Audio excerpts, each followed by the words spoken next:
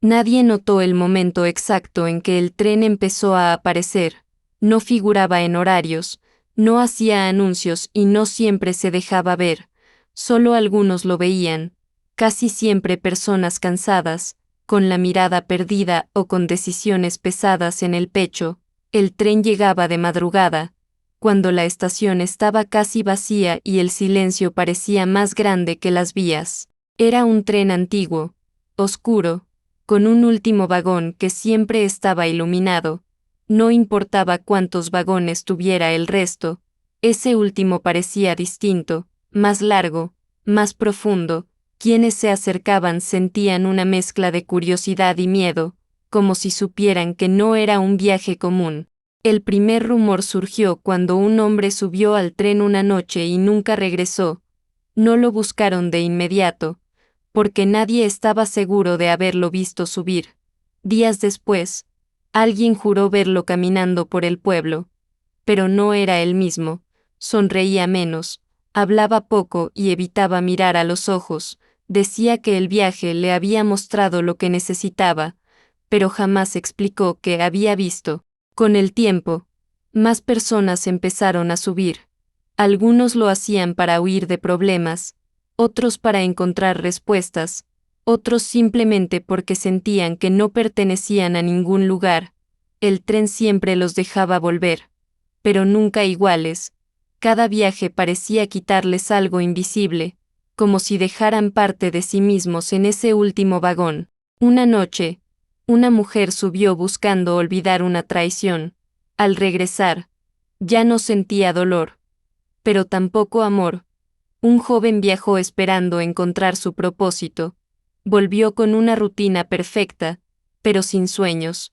Un anciano quiso revivir sus mejores años y regresó en paz, pero sin recuerdos. La estación comenzó a vaciarse. Los que conocían la historia evitaban mirar las vías de noche. Sin embargo, siempre aparecía alguien nuevo. Alguien que creía que el viaje sería diferente para él. El tren nunca obligaba a nadie, solo abría sus puertas y esperaba. La última persona que subió fue un niño.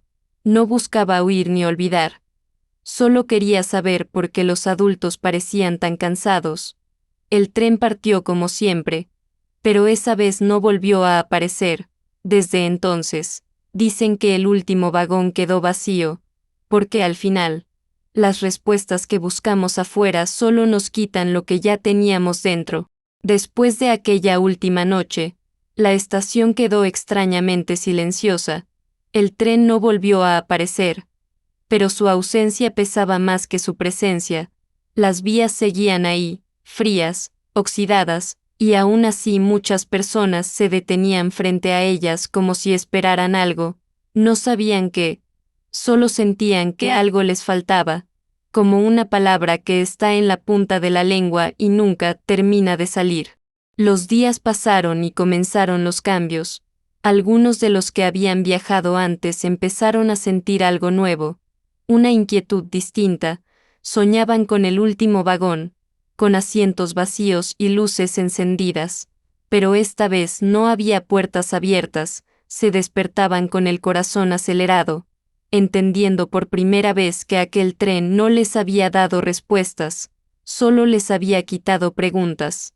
Uno de ellos, el hombre que había sido el primero en subir, regresó a la estación una madrugada, se sentó en una banca y esperó hasta que salió el sol. Por primera vez en años, lloró. No sabía exactamente qué había perdido en ese viaje, pero entendió que había sido algo esencial.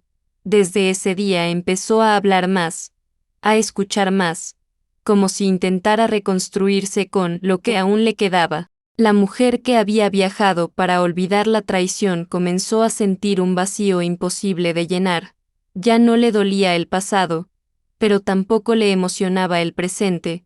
Un día comprendió que el dolor también era una prueba de que había amado de verdad.